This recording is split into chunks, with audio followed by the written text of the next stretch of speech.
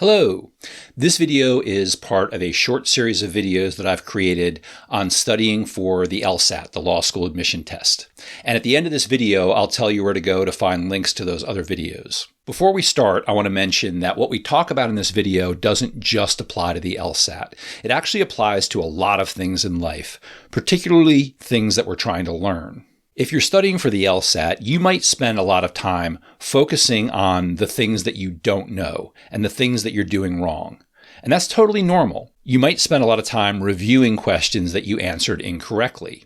You might look up explanations for questions and passages and games that you found confusing. And if you're like most people, a lot of what you're studying on the LSAT is very new and very unfamiliar. And again, this is all totally normal.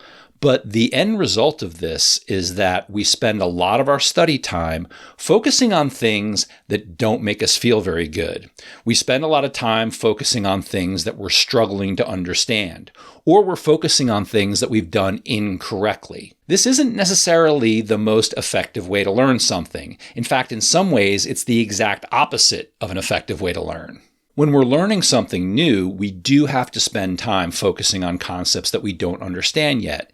And you want to know what you're doing incorrectly so that you can make changes and do those things correctly in the future. But it's been demonstrated time and time again that when we focus on the skills that we want to develop, when we focus on the things that we want to be doing and behaviors that we want to repeat, when we focus on those things, we are more likely to do those things in the future and to continue doing those things. Whatever we focus on is often what we end up seeing repeated. Dog training is a great example of this.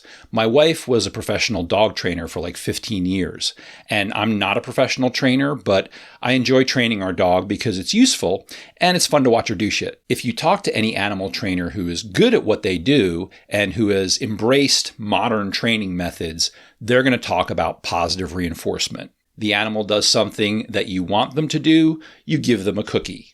Bug down. Yes. Shake. Yes, good girl.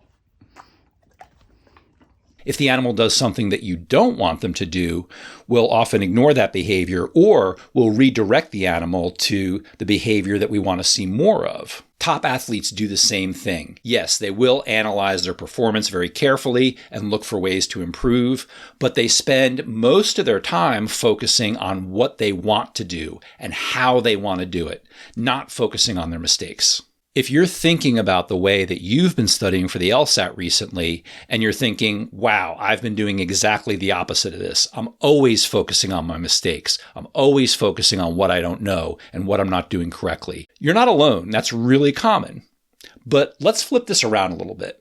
I'm going to make a couple suggestions. First, when you do something well, celebrate it. If you're doing your homework and you answer a question correctly, give yourself a little pat on the back. Just take a second and say, yes. Seriously, it really helps. When you review questions that you've done under time conditions, when you're doing a blind review, notice what you're doing well. When you review a passage or a game or a question, take a moment to acknowledge one thing that you did correctly that you want to do again in the future. When you finish reviewing a practice test or a timed section, after you check your answers, review one question that you answered correctly and just focus on what you did correctly. Focus on the actions that you want to repeat. Focus on those as diligently as you would focus on something that was confusing in a question that you answered incorrectly. If you do well on a practice test or time section, celebrate that. I can't tell you how many times I've seen somebody get their best score ever on a time section or a practice test.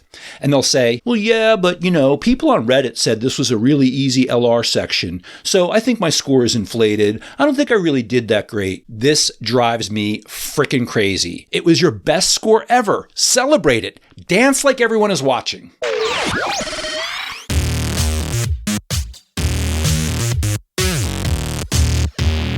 This is exactly how we reinforce things that we want to do more of, behaviors that we want to repeat, skills that we want to develop and build. Spend time acknowledging and reviewing and studying the things that you're doing well. Take a little time to celebrate when you do something correctly. It really makes a difference. If you enjoyed this video, visit my website, scottmillercoaching.com/LSAT, where you'll find links to other videos and helpful LSAT resources. If you enjoyed this video, if you found it useful, please give it a like, please subscribe to our channel, and share this video with your friends who are studying for the LSAT. And right now, take a moment to celebrate the fact that you just did something that's going to help you improve on the LSAT and maybe improve in other areas of your life as well.